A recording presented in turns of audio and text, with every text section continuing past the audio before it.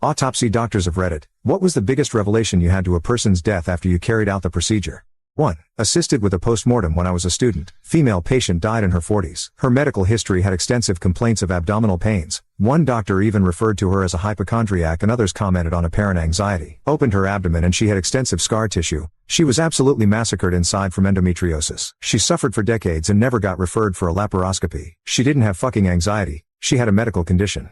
2. When my parents were in medical school they attended an autopsy of a patient who had died in a car accident. Autopsy revealed that apparently this guy had survived a chest shot in Vietnam years ago that the surgeons/medics left in rather than perform risky surgery. The accident had migrated the bullet to his heart and was ruled the cause of death. 3. Not mine but a doctor I used to work with. Back when he was in school, he would do his cadaver labs really late at night. To many people during the day. One time it was really late, around 2 a.m. He was listening to his lecture on his headphones and he saw the cadaver's arm move/twitch. He thought it was just his mind playing tricks on him. Then he saw it again. Proceeded to run away in a panic. He told a few of his classmates what happened but nobody believed him. Next day they had a group cadaver lab with the same cadaver. The arm twitched yet again. The professor did some digging and it turns out the patient's pacemaker was still fully functional and occasionally fired, causing the arm twitch. He was so relieved. He thought there was a zombie in there. 4. I may be late to the party but I finally have a good story to tell. In medical school, my group's cadaver was an 80-plus-year-old female who was extremely unfit, morbidly obese with muscles half the size of any other cadavers. Her pectoral muscles were paper thin.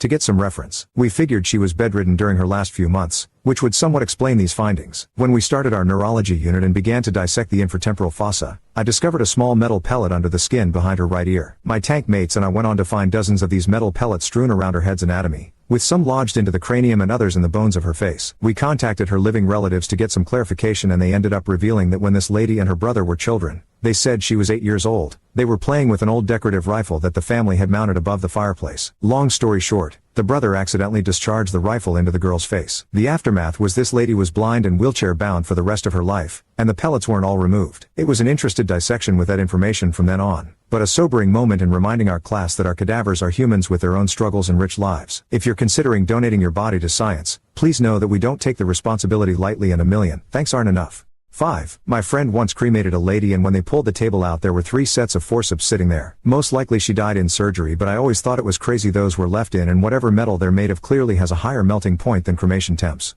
6. My friend had to do an autopsy on a baby. The dad claimed she died after rolling off a couch. My friend found that the kid was slammed against a hard surface multiple times. Dad eventually admitted he hit the baby against the wall after she wouldn't stop crying. My friend had to quit that job cause it was so taxing mentally. 7. While in medical school we had to observe an autopsy and could assist. One of the lectures was to observe for head trauma. You do this by hitting the skull with a hard object, scissor or the like. A hollow sound is normal but a dull sound indicates trauma. One of the other students did this exam and found a dull sound. The coroner had not yet himself examined the person and was very surprised, as he had not been informed by the police of head trauma. They then continued to examine the head and they found a gunshot wound through the skull. All of a sudden the person was a crime scene and they had to call the police again and leave the person as untouched as possible. I believe it was later confirmed that the person had shot himself, but it could have been a murder.